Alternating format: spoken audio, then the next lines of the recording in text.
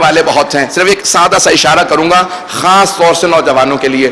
Baghdad میں بہت بڑے عالم تھے, درس دے رہے تھے, تو وہاں پہ ایک چرواہا ان کے درس میں بیٹھا ہوا تھا.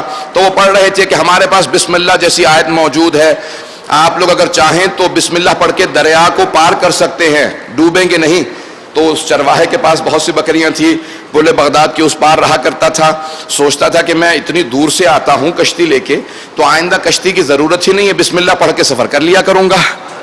اگر توجہ ہو لوگوں کی میرے ساتھ, یہ جو کشتی لیتا ہوں آئندہ مجھے ضرورت ہی نہیں ہے, بسم اللہ پڑھوں گا.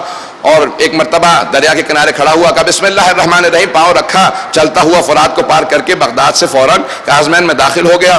اب کئی دن تک نماز کے لیے اسی طرح سے آتا رہا, اور فوراً اپنے ذہن میں سوچنے لگا کہ جس عالم کی وجہ سے میرا اتنا خرچہ بچ گیا ہے, ایک مرتبہ انہیں گھر پہ دعوت تو کروں, اگر پہنچ جائے ایک مرتبہ گھر پہ دعوت تو کروں, وہ میرے گھر پہ آئیں, کھانا کھائیں, جنہوں نے میرا اتنا خرچہ بچا دیا, بسم اللہ کی وجہ سے اتنا بڑا مجھے معجزہ عطا کر دیا. کہا مولانا میرے گھر پہ تشریف لائیے گا, آپ کا کھانا ہے. کہا چلو چلتے ہیں. جیسے دریا کے کنارے پہنچے, کہا مولانا رک کیوں گئے, چلیے. کہا کشتی کہاں ہے, کہا کشتی کہاں ہے.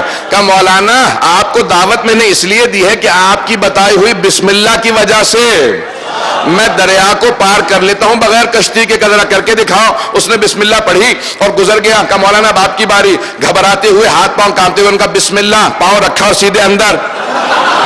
تو فوراً باہر نکلے. کہا میں تو ڈوبنے والا تھا. کہا کیا بات ہے مولانا, آپ کے لیے بسم اللہ کام نہیں کر رہی, میرے لیے کام کر رہی ہے. کہا تیرا عقیدہ پختہ تھا, تیرا عقیدہ پختہ تھا, تجھے یقین تھا.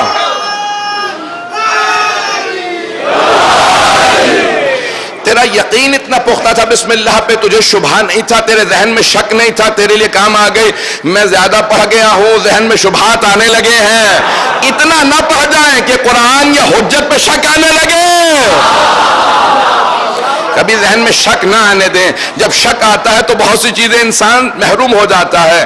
تو انہوں نے فوراً کہا کہ میں توبہ کرتا ہوں کہ بعض اوقات دوسروں کو پڑھانے کے باوجود انسان خود محروم رہ جاتا ہے. عزیزان گرامی, بسم اللہ میں بے انتہا اعجاز ہیں.